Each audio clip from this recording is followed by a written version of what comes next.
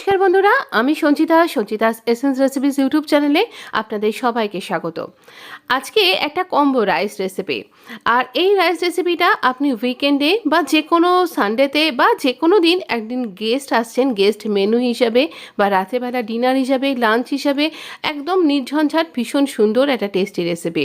আপনাকে হোটেল রেস্টুরেন্টে দৌড়াতে হবে না, বাড়িতেই যদি এরকম সুন্দর একটা রেসিপি তৈরি করে নেওয়া যায়। ভীষণ অপূর্ব খেতে আর স্বাস্থ্যকর তো বটেই বটে। তো এই রেসিপিটা তৈরি করবার জন্য আমরা কিন্তু খুব বেশি ইনগ্রেডিয়েন্টসও ব্যবহার করব না, খুব সামান্য কিছু যা আপনার বাড়িতেই আছে তাই দিয়েই আপনি তৈরি করতে পারবেন। আর যা বাড়িতে নেই তা যদি করে নিতে পারেন, সেটাও কি করে ব্যবস্থা করবেন তাও বলে দেব।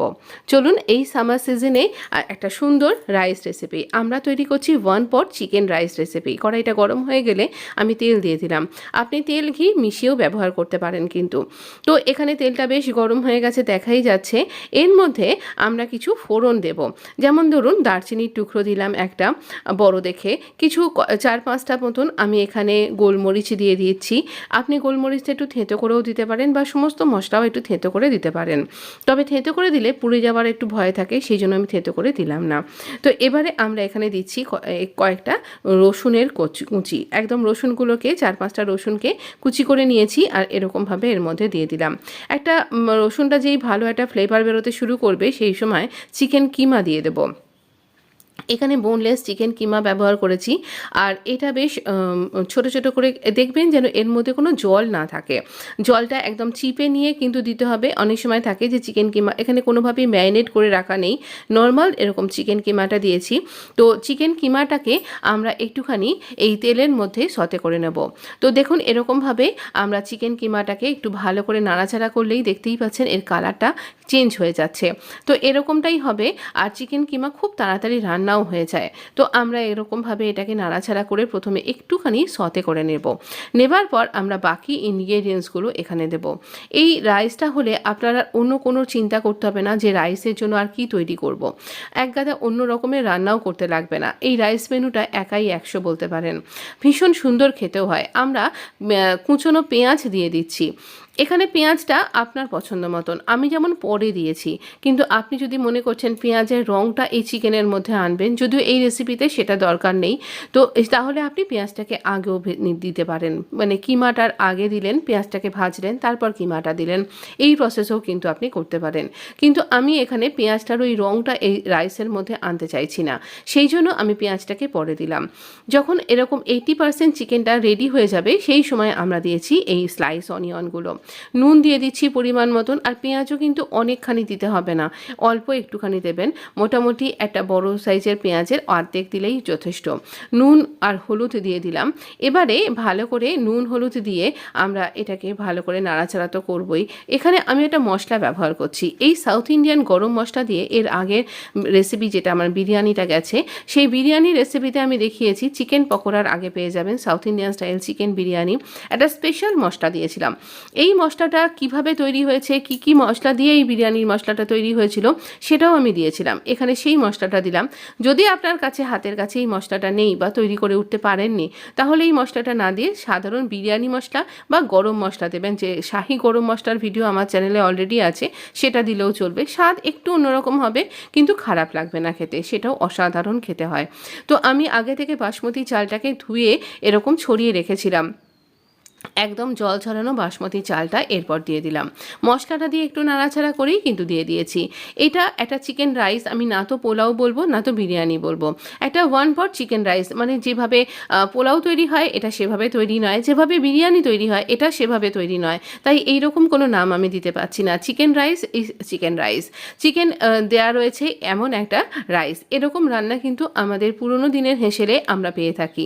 তো এই রকম যেদিনকে অনেক কাজকর্ম আছে আপনার, সেদিনকে এই রকম একটা রান্না করুন, খেতে দুর্দান্ত লাগবে আর আপনার কাজগুলোও সারা হয়ে যাবে। কয়েকটা কাঁচা লঙ্কাকে চিড়ে নিয়ে দিয়ে দেবো, তাহলে কাঁচা লঙ্কার ফ্লেভারটা ভীষণ ভালো আসবে। 2 গ্লাস জল দিয়ে দিলাম, মানে আমার চাল যতটা রয়েছে সে তার দ্বিগুণ পরিমাণ জল দিয়ে দেবো। এবার হাই ফ্লেমে এটাকে হতে দেবো। যেই ফুট ধরতে শুরু করবে, সেই সময় আঁচটাকে মিডিয়াম করে চাপা দিয়ে দেবো। তো যদিও আমি আগে চাপা দিয়ে দিয়েছি, কারণ আমার খুব তাড়াতাড়ি ছিল। এবার দেখুন, এই রকম সমস্ত মশলাগুলো যেগুলো আমি সব লিখেও দিচ্ছি, এই মশলা মশলাগুলো দিয়ে আমি একটা পেস্ট তৈরি করব। আর এই আদা রসুনটাও তারপরে দেবো। আগে ড্রাই ইনগ্রেডিয়েন্টসগুলো গুঁড়ো করে নেবেন, তারপরে আদা রসুন আর লঙ্কাটা দেবেন, তাহলে আপনার মশলাটা খুব ভালো পেস্ট হবে। তার সাথে আমি আবার কয়েকটা টমেটোও দিয়ে দিয়েছি, দিয়ে একটা পেস্ট তৈরি করে রেখে দিয়েছি। এখানে কড়াইতে তেল দিয়ে দিলাম। আর এই মশলাটা কিন্তু আমাদের সেই সাবেকি আমলের মশলা, মানে এই সাবেকি আমলের মশলায় আমি তৈরি করছি একটা চিকেন কষা। আর দিয়ে দিলাম এখানে দারচিনির টুকরো, ড্রাই রেড চিলি দুখানা ফাটিয়ে নিয়ে দিচ্ছি, নাহলে আমার দিকেই তেড়ে আসবে এরা। আর একটুখানি তেজপাতা 2-3টে, অবশ্যই একটুখানি জিরে দিতে ভুলবেন না। এইবার আমরা কুচানো পেঁয়াজ দিয়ে দেব। এই পেঁয়াজগুলোকে আমরা খুব লাল লাল করে ভাজবো, যতক্ষণ পর্যন্ত না বেশ একটু লাল লাল রং হচ্ছে সেরকম বেশ ভালো করে ভাজতে পারেন। তো আমি এরকমভাবে ভাজছি। দেখুন আমি এখানে অ্যাকচুয়ালি প্রচণ্ড তাড়াতাড়িতে রয়েছি, তাই একদিকে কাটছি আর একদিকে দিচ্ছি, আবার নেড়ে দিচ্ছি। আমার মনে হয় আমরা সবাই যখন হেসেলে থাকি তখন এরকমই একটা তাড়াহুড়োর চাপ থাকে। যদি আপনারও এই চাপটা থেকে থাকে তাহলে কিন্তু এভাবে করতে পারেন। একটা পেঁয়াজকে আমি টুকরো করে দিলাম, 4 টুকরো করে দিলাম। এতে ওই পেঁয়াজের যে লেয়ারগুলো খুলে যাবে আর মাংসের সাথে মিশে যাবে, খেতে ভীষণ সুন্দর লাগে। একদিন এরকমভাবে করে দেখুন। এই দেখুন পেঁয়াজটা এইরকম লাল লাল রং ধরা অবধি আমরা কিন্তু ভেজে নিয়েছি। বেশ ভালো রং ধরে গেছে আমাদের পেঁয়াজটায়, তার মানে এই রংটা আমার মাংসের মধ্যে আসবে, মাংসের কালারটাও এই রকমই আসবে। যখন এরকম রঙের মাংস চাইছেন তখন এরকমভাবে করুন। ওই মশলাটা দেখুন টমেটো সহ বেটে নিয়েছি, এই রকম দেখতে হয়েছে। এটা আমি এখানে ভালো করে পেস্টটা কষিয়ে নেব। এই মশলাটার মধ্যেই সমস্ত কিছু আছে, মানে এর মধ্যে আপনি গরম মশলাও পাচ্ছেন। আলাদা করে গরম মশলা যদি মনে করছেন ভুলে গেলেন তাহলেও কোনো অসুবিধা হবে না।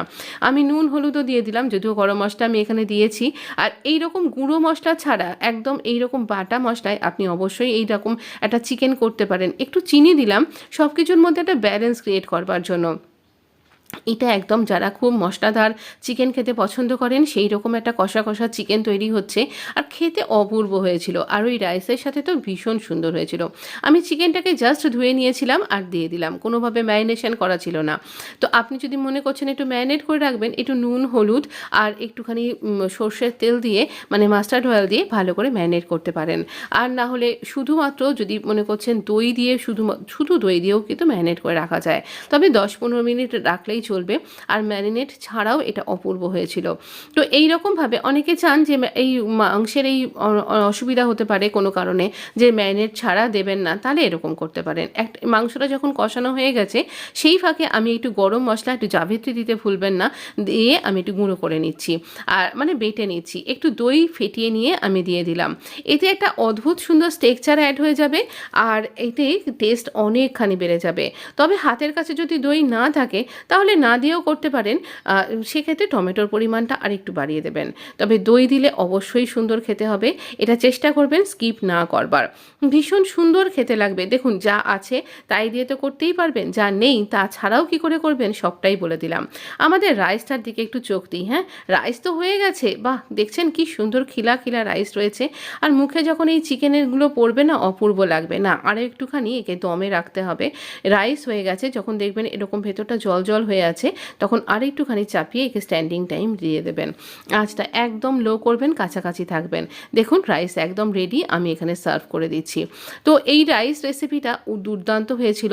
যদি এই সাউথ ইন্ডিয়ান গরম মশলাটা তৈরি করে উঠতে পারেননি, এই মশলাটা অসাধারণ লাগে, আমিষ নিরামিষ সমস্ত কিছুতেই ভীষণ সুন্দর লাগে।